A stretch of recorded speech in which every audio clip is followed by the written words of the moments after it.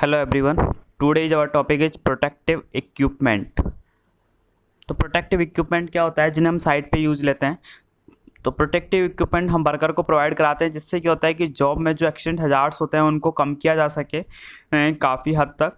तो protective equipment आप सब जानते हो कौन कौन से होते हैं। Helmet, gum boots, gloves, goggles, apron, portable light lamp, fire extinguisher, safety body belt, gas mask, oxygen या air breathing apparatus, face mask या ear protector.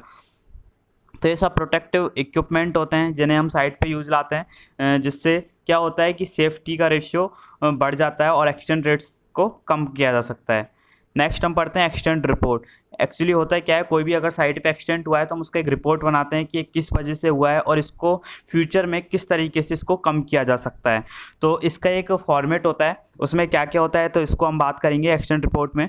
Any accident that interpret या interfere with orderly progress of the activity causing personal injury या property damage must be properly investigated by the safety officer। ये कौन बनाता है? Safety officer या कोई भी qualified person. And detail report is should be submit to the following format. क्या क्या होता है उस रिपोर्ट में, हम इसके बारे में बात करेंगे। Name of the employer injured, वो एम्प्लॉयर जो इंजर्ड हुआ है उसका name. Identify data such as date, time, department, name of supervisor and operation being perform. किस दिन हुआ है, किस समय हुआ है, किस डिपार्टमेंट के अंडर में हुआ है, जैसे electrician department, plumbing department. Name of the supervisor, उनका सुपरवाइजर कौन था और क्या ऑपरेशन उसमें परफॉर्म हो रहा था, ये सब हम उसमें डिटेलिंग करते हैं। Description of the accident and injury, जो एक्सीडेंट या इंजरी है उसका हम डिस्क्रिप्शन लिखते हैं कि किस तरीके से ये हुआ है। Description of the unsafe condition date causes the accident, ऐसी कौन सी कंडीशन थी जिसकी वजह से ये एक्सीडेंट हुआ, उसका डिस्क्रिप्शन लिखना है। Description of unsafe act that causes the accident, accident जिसकी वजह से अनसेफ एक्ट के उसका डिस्क्रिप्शन करना है। Recommendation to prevent reoccurrence of such accident in future, ठीक है। हमें क्या करना है, फ्यूचर में एक्सीडेंट से बचा जा सके उनको कम करने के लिए हमें रिकमेंडेशन देना है कि इस तरीके का एक्सीडेंट अगेन फ्यूचर में ना हो, उसका हमें रिकमेंडेशन देना है। Such accident report are generally use for future safety. Accident report क्यों बनाई जाती है कि फ्यूचर सेफ्टी में हमें इससे बचा जा सके। And very helpful in reducing the number of similar accident, और ये हेल्पफुल होती है इसी टाइप के फ्यूचर में एक्सीडेंट ना हो, इसके लिए ये वेरी हेल्पफुल होती है क्या, एक्सीडेंट रिपोर्ट।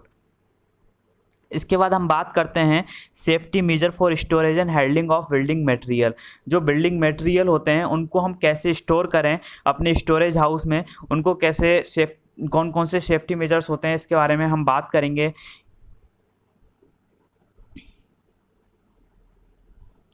ओके, तो it is the basic principle that all building material must be stored in such a manner as to prevent deterioration या intrusion of the foreign matter and to ensure the preservation of their quality and fitness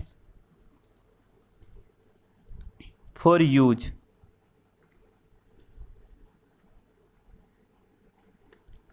okay, इसका मतलब building material को कैसे किस तरीके से store करना है जिससे डिटोरेशन या उसमें कोई अवांछनीय तत्व मिलने से बचा जा सके, उनके प्रोविजन, उनकी क्वालिटी इम्प्रूव, उनकी क्वालिटी मेंटेन रहे। इसके लिए हमें क्या क्या बातें याद रखनी होंगी, इसको हम बारे में स्टडी करेंगे इस पॉइंट में।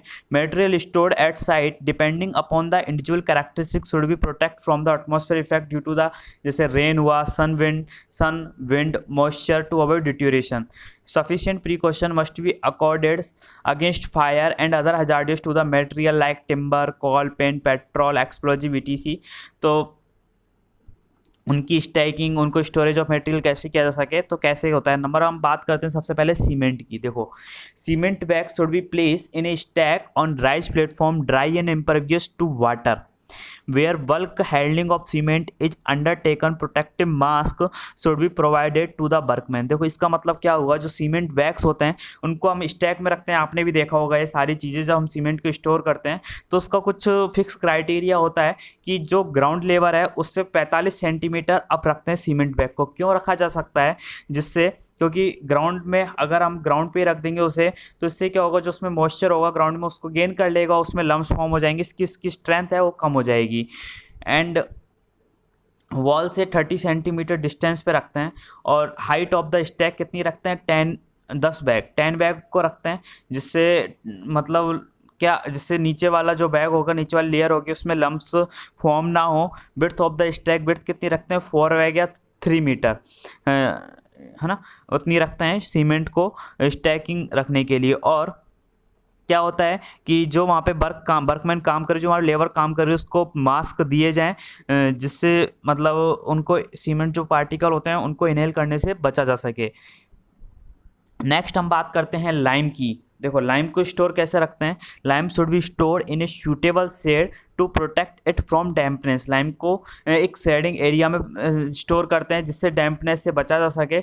It should not be stack against any wall. इसे वॉल के सहारे लगा के स्टैक नहीं रखते हैं, क्योंकि अगर स्टैक कर देंगे तो मॉइस्चर को एब्जॉर्ब कर लेगा और डिट्यूरेट होने लग जाएगा लाइम। तो स्टोरेज ऑफ अनस्लैक फैट या semi hydraulic lime is not desirable at it deteriorate by absorption of the moisture from atmosphere. ये एटमॉस्फेयर से मॉइस्चर को एब्जॉर्ब कर लेगा तो स्लैक लाइम बन जाएगा, जिसे हम हिंदी में बोलते हैं बुझा हुआ चूना। नेक्स्ट हम बात करते हैं मेसनरी यूनिट।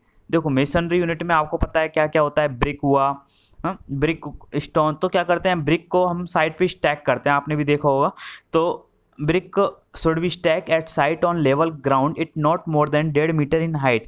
हाइट 1.5 मीटर से ज़्यादा नहीं होनी चाहिए। ब्रिक ऑफ डिफरेंट क्यों नहीं होनी चाहिए, क्योंकि जिससे अगर हाइट हम इसकी ज़्यादा रख देंगे तो टॉपलिंग होने के चांस रहेंगे। सेकंड, जो इसकी लोअर लेयर होगी उसमें जो ब्रिक होगी वो टूट जाएगी, उसकी क्रश हो जाएगी। तो ये इसका बात को हमें ध्यान रखना होता है। Brick of different type and classification should be stacked separately. Similarly, stone blocks and concrete blocks should be stored in a stack. Avoid toppling of the stack as well as crushing of the lowest layer of the block. जिससे toppling ना हो और lower layer है वो crush ना हो, इससे बचा जा सके, इसलिए एक हाइट स्पेसिफाई रहती है। नेक्स्ट हम बात करते हैं एग्रीगेट। आपको पता है एग्रीगेट अगर मॉइस्चर एब्जॉर्ब करेगा तो उसकी स्ट्रेंथ कम होती जाएगी, और उसकी मतलब एक होता है कि एग्रीगेट को हम उसी टाइम पे मंगाएं जिस समय हमें उसकी ज़रूरत है। तो fine aggregate like sand, surkhi, cinder and coarse aggregate. Cinder क्या होता है, एक वॉल्केनिक ऐश होती है। And coarse aggregate like stone chip, brick, ballast should be stack on a hard surface. Hard surface पे अगर, क्योंकि हम उसे नॉर्मल सॉफ्ट सरफेस पे रख देंगे तो क्या होगा, वहाँ से मॉइस्चर को गेन कर लेगा, अपनी स्ट्रेंथ को डिट्यूरेट होने लग जाएगा। हार्ड सरफेस पे स्टैक करते हैं in such a way to prevent the admixture of का क्ले डस्ट। और इस तरीके से कि उसमें जो जैसे सॉफ्ट सरफेस है तो क्ले डस्ट उसमें मिक्स हो जाएगी, वेजिटेबल अदर फॉर्जन मैटर उसमें मिक्स ना हो, इसलिए हम उसे हार्ड सरफेस पे स्टैक करके रखते हैं, उसको हार्ड सरफेस पे रखते हैं। नेक्स्ट हम बात करते हैं टिम्बर की। टिम्बर को कैसे स्टोर किया सकता है। Timber should be pile in stack above the ground level. Timber को ग्राउंड लेवल से अबव स्टैक फॉर्म में पाइल के रूप में उसे रखते हैं। At least 15 centimetre with an air space of about 2.5 centimetre around scaling. जो हमने जिस तरीके से टिम्बर को जमाया उनमें बीच में स्पेस होना चाहिए। क्यों स्पेस होना चाहिए, जिससे एयर का सर्कुलेशन होता रहे, क्योंकि अगर एयर का सर्कुलेशन नहीं होगा तो टिम्बर के डिके होने के चांस रहेंगे। तो the stack must be protected from hot air wind या direct sun.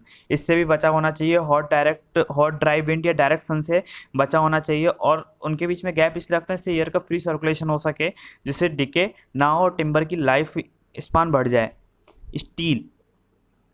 Steel reinforcement should be store in a way to prevent distortion या कोरोजन। स्टील रेनफोर्समेंट होता है, उसको डिस्टोर्सन कोरोजन से बचे, इस तरीके से हम स्टोर करते हैं, क्योंकि मॉइस्चर गेन कर लेगा तो उसमें कोरोजन होना स्टार्ट हो जाएगा। It is desirable to coat reinforcement with cement wash before stacking to prevent scaling या rusting. Okay. Next, door window frame. आपको पता है कि हम फ्रेमिंग में मेटल फ्रेम यूज़ लेते हैं, एल्यूमिनियम फ्रेम यूज़ लेते हैं, वुडन फ्रेम यूज़ लेते हैं, या सीमेंट के प्री फैब्रिकेटेड फ्रेम भी आते हैं। तो मेटल फ्रेम, एल्यूमिनियम फ्रेम या wooden frame and prefabricated frame of door, stone के भी आते हैं फैब्रिकेट फ्रेम ऑफ डोर या window, should be store at upright position adopting suitable measure against rise of subsidence of the soil support. उन्हें एक support के साथ हमें अपराइट पोजीशन में उनको स्टैक करना है, जिससे वो गिरे नहीं, गिरने से किसी को चोट वोट ना लगे, एक्सटेंट होने के चांस कम रहें।